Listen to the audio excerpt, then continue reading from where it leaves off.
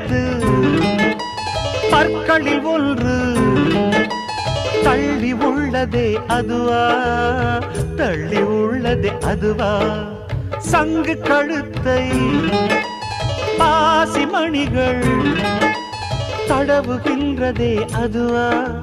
தடவுகின்றதே அதுவா, ஒவ்வொரு வாக்கியம் முடியும் போதும் புன்னகை செய்வாய் அதுவா, அதுவா, அதுவா,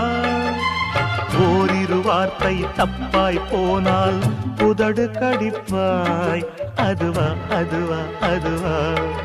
அதை அறியாமல் விடமாட்டேன், அதுவரை உன்னை தொடமாட்டேன்.